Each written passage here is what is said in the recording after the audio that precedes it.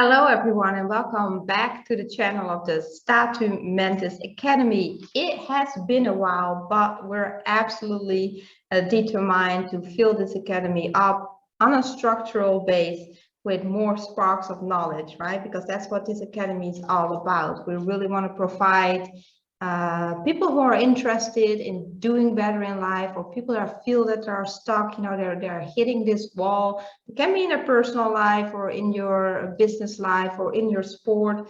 Provide those people with maybe a little bit of insight or some tools to really get you going on your way again, because times are tough. We still are, dealing in every facet of the way with the coronavirus and life. Yeah, there's a lot of things going on. There are a lot of stressors around us. And I think we think here at the StatuMentis Academy that these little sparks might be helpful, and maybe not every spark for you, but maybe you find just that those one or two sparks you think like, hey, that really resonated with me, and it helps me to move on again, onto the right road. So yeah, we are definitely going to fill this StatuMentis Academy up again with sparks, and I am back. I'm excited. So let's get started for the spark of knowledge of today. Today, I thought it might be good to talk a little bit more because, again, I like to refer these sparks, to the work I'm doing. And if I see a topic that comes by often during my work week, or just, around me, or if I notice that a lot of people are struggling quite with the same phenomenon, I'll hop on here. I can use these sparks to talk a little bit more about it, and maybe you can take some things away from it, which would be great, because again, that's why we're doing the things that we're doing here in the StatuMentis Academy. So today it's really about having the feeling that something is holding you back. When I look at my own practice, I talk to mainly, athletes, but for a big part, soccer players. I talk to soccer players, and what I hear a lot in my work, the conversation that I have with players is that, they have the feeling that something is holding them back. They're not feeling free. They're not feeling confident enough to really, play the play that they want to play.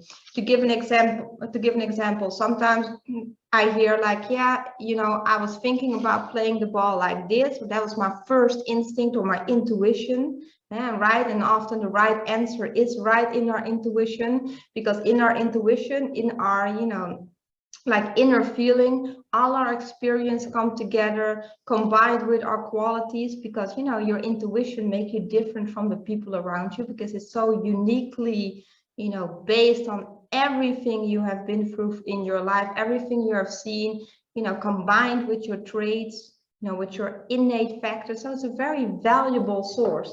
So yeah, my instinct said this, but my ratio came over it, and I decided to do something else, which did not really work out that well. It was not the best option in that specific situation, and I wish I just had the courage to follow my instinct. And that's something I hear a lot. You have that feeling, but you decide to do something else because our ratio comes in and think like, wow, safety wise, because usually it has to do a lot with that, we make a quick, and that can go on a subconscious level, we quickly make that risk calculation and think like, wow, this is kind of like our instinct says, we should play the ball forward, but it's kind of like risky, so it's safer to play the ball to the side or backward. And again, that can be on a subconscious level, and maybe when you look back, you realize that was like the really quick split-second thought process that went through your mind. And it's all again linked to feeling not confident enough, not really feeling in control of your own performance. High levels of stress, because when we experience high levels of stress, we're becoming very conscious in our mind, the things that we are thinking, our thoughts becoming crystal clear. So you get that heightened sense in your thinking patterns. So every thought that comes into your mind, really kind of like hits your consciousness. It's all to do with high levels of stress.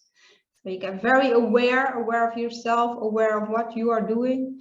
And in that split second, you choose that safe route. So there can be different factors that cause you not to follow your intuition, but take that safe route. And usually, you know, I will say, you know, if you don't really kind of like dare to play to win, you know, on the long term, at the end of the day, you would never really win, because you have to play to win, to be actually put yourself in the best position, right, to win. Again, doesn't mean that we always get what we want, but it all has to do with putting ourselves in the best position, right? Taking risk, being creative, being true, authentic to yourself are all ingredients that we need to really be able to play to win. So that fear of the feeling of holding ourselves back is often linked about the fear of failure, right?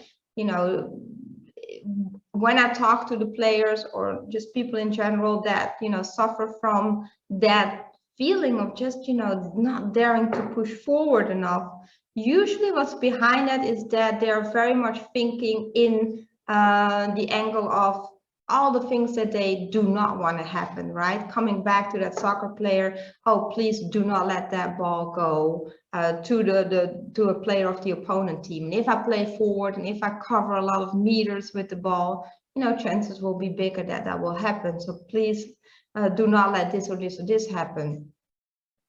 Obviously, when you start thinking about do nots, our energy goes in that way, and we start attracting all the things that we do not want to happen. Because if we think about don'ts, it's attached to already, you know, this fear, this safety behavior, this safety blanket of, you know, avoidance. You know, we're kind of like, okay, we do not want to happen, so we compromise somewhere in our behavior to stay away from all that. And you can imagine, if you face the things that you fear, you don't need that safety blanket of avoidance, you know, doing like things with half intensity. So your failure in your mind is also not going to be so big. If we take that away, we are free, right? We can free to play forward. What really is attached, and that's kind of like really the essence of this spark, from things that are holding us back, has everything to do with the layer of perception. How do we perceive a specific situation? How do we perceive a specific demand? Going back to that soccer player that feels that he's not free enough to take the risk to play the best ball, the ball that's usually pressure in forward playing, giving pressure to the opponents, more that safe ball. It's the layer of perception. Do you see what you're about to do? Do you see that as a challenge, or do you see that as a threat? And you can imagine, if you see something as a challenge because you feel prepared, you feel strong, you feel in control, you see it as an opportunity to shine. You know, is this your stage? You catch the limelight, right? The spotlight. You are ready. It is the moment to show the world what you have trained for. Doesn't matter if it works out or doesn't work out. You know, you have to pick those moments to put yourself in the best position to eventually take that moment, right? So you see it as a challenge. Seeing things as a challenge comes with the experience of positive stress and will lead to a positive behavioral outcome. Leads to the ability to put yourself in the best position to get what you want. When you see something as a threat, oh, do not let that happen. You know, you're thinking about all the don'ts, everything you do not want to happen.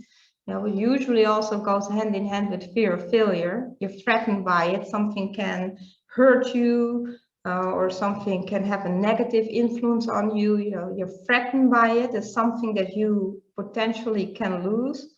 Obviously, will react with negative stress, eustress, and it will lead to a negative influence on your behavioral outcome, right? You start to avoid, your intensity is going down, you're not true to your, you know, your inner qualities, your intuition, and obviously your outcome is not as good as it can be. So how you perceive something, are you challenged? Can you find reasons within yourself why a specific situation is challenging for this player? Like, hey, you know, the more you put yourself, you know, in a situation that you can play a ball forward, you follow your intuition, the more you will do it, the better you will get at it. That's the power of repetition. So there's a lot of growth there. Besides that, you know, if you really want to win, you want to put yourself in the best position to get what you want. you have to do the right things, right? You also have to dare to take that risk. There's way more to gain on that side than on the avoidance side. On the avoidance side, we're only going to pull back, and we get less and less and less of where we need to be and what we want to have. So it's all that realization. Can you find reasons to be challenged? What is there to gain? How much growth can you get there? If you keep on trying, again, the power of repetition will get better and better each day if you put yourself in the right situation. And with being threat, giving your control away, thinking about everything you do not want to be, we start to avoid situation. We give less of ourselves, we give less intensity. We play that safe ball or to the side or to the back. What is there to gain at the end of the day? Are you going to make a difference in your performance on the long run? And again, if you keep doing that enough, so you play enough that safe ball, it becomes a part of your whole behavioral outcome, right? So you can imagine your performance, your overall performance, the more you do that, the more you start avoiding, and it really becomes a part of your play, of what you're doing in your average life, your day-to-day life. It becomes problematic, right? Because performance will decline really rapidly because we're not playing to who we truly are. We're not playing to really our qualities. So that's something to think about. That's like kind of like the little spark I want to give today. What's your layer of perception? If you feel that something is holding you back, if you feel that you're not like really motivated or not really having that full intensity in what you are doing, take that step back and ask yourself, how do I perceive this specific situation or demand? Do I feel challenged or do I feel threatened? And I'm thinking about everything that I do not want to happen. Take a step back and really think, what can this opportunity give to me? Not in the short run. In the short run, avoidance will lead to stress reduction. It's like an incentive, but on the long run, what does this give to me if I do something or I do not do something? Those questions, that amount of reflection, seeking the challenging things, feeling those opportunities to grow will also give you the opportunity to shine because you are prepared, you have trained, you have to put yourself in the right position to really show the world what you can do. Might be a good tip. So layer of perception, are you feeling challenged or are you threatened? Sometimes it's good to ask ourselves that question. That was the spark for today. I hope that you can take away a little bit from what I've told you. If you have any further questions, always feel free to send me a DM. You can find me on LinkedIn, Annemieke Griffin, or on Twitter, and you can find me there on StatuMentis, or you can also send me an email at annemieke@statumentis.com, and you can visit our website, statumentis.com, and you find all the extra information on there too.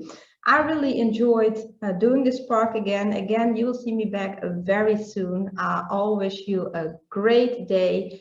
Thank you for spending this time with me, and I'm looking forward to talk to you again.